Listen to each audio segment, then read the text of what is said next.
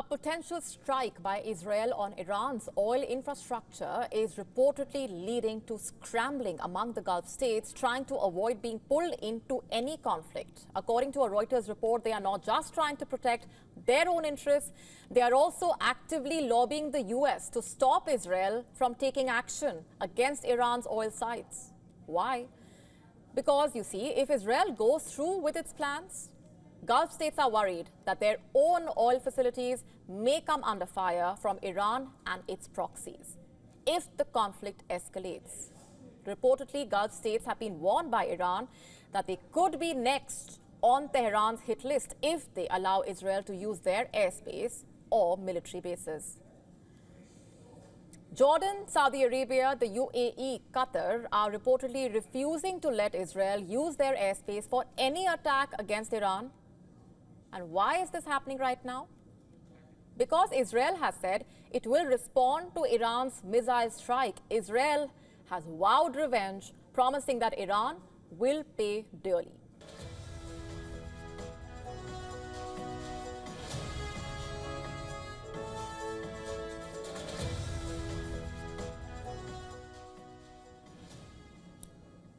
Tehran has responded with its own warning. Any retaliation will trigger widespread destruction. This back and forth is not just rhetoric. It's actually laying the groundwork for a regional conflict that could drag the US into the fray. The country sitting on top of some of the world's most valuable oil reserves are reportedly terrified of what happens next. As per reports, Iran has been reaching out to its Gulf neighbors, trying to persuade them to use their influence with Washington. What is Tehran's goal, you ask? Basically, to prevent Israel from going after its oil production facilities. As per a Reuters report, during meetings last week, Iran's message to Saudi Arabia was clear. If they help Israel in any way, Tehran cannot guarantee the safety of its oil fields. Iran is not just talking to Saudi Arabia. It is reportedly reaching out to allies in Iraq and Yemen, hinting that they could also be drawn into the fight. If Saudi Arabia, the UAE or Qatar allow the country to launch strikes from their country, from their territory, the end result would be catastrophic.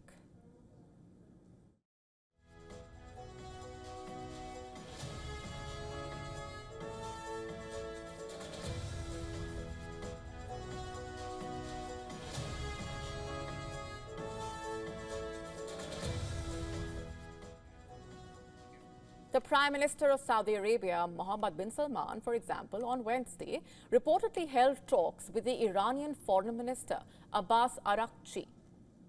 What was the topic of conversation? Israel. In fact, Araghchi's visit was not just a friendly diplomatic stopover. It was reportedly an attempt to rally support and keep the Gulf states from getting involved in what could become a regional war. Reportedly, the fact that Saudi Arabia and Iran, longtime rivals, are even having these conversations shows just how dire the situation has actually become. Meanwhile, back in Washington, reportedly, Gulf officials are in constant communication with their US counterparts. As per reports, they are expressing deep concern about how far Israel's retaliation would actually go. We told you yesterday that US President Joe Biden and the Israeli Prime Minister Benjamin Netanyahu spoke on this matter, a call, as per reports, described by both sides as positive. But what does that really mean? Are the US and Israel on the same page? Or will the Gulf states persuade the US in stopping Israel from attacking Iran? And then there is the OPEC, led by Saudi Arabia. The organization has reportedly enough oil reserves to compensate for any disruptions in Iranian supply. That is, if Israel's retaliation takes out some of Iran's oil infrastructure. But here's the problem. Most of that spare capacity is located within the Gulf region. And if Iran decides to retaliate against Saudi Arabia or Emirati oil facilities, the world could face a serious oil supply crisis. Comes with far-reaching implications. In fact, reports say a 2019 drone attack on Saudi Arabia's Aramco oil field wiped out over 5% of global oil supply. And there were reports that Iran was behind this attack. But you see, Iran denied any involvement. the question still remains, is the world staring down the barrel of a repeat scenario? You see, Bahrain, Kuwait, Qatar, the UAE all have US military bases on their soil, and as per reports, that makes them targets in the event of a war. Let's just talk about the impact of all of this on the global stage. What would it really mean?